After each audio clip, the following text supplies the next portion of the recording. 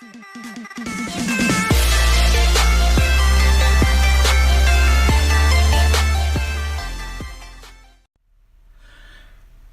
there YouTube, I hope that your day has been going great, and today I'm going to be showing you how to make a bootable USB, as you can see from the title.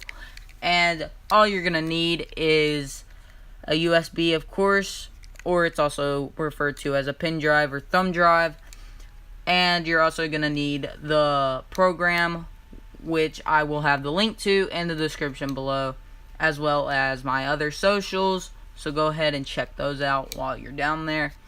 But once you have downloaded the program, which is called RUFUS, you're going to go ahead and just go and plug your drive in.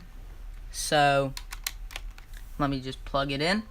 And it's going to automatically detect it, and then you're going to select your ISO or the disk image that you want to upload to your USB so you can run the operating system or whatever you're trying to run. And then once you do that, you're gonna go ahead and click start, and it should pretty much do it all by itself, and there should be no errors. If there is, you can pretty much troubleshoot them yourself. It'll actually walk you straight through it. So that's basically all you need to know. And if you did like this video, I hope that you leave a like, comment, and subscribe.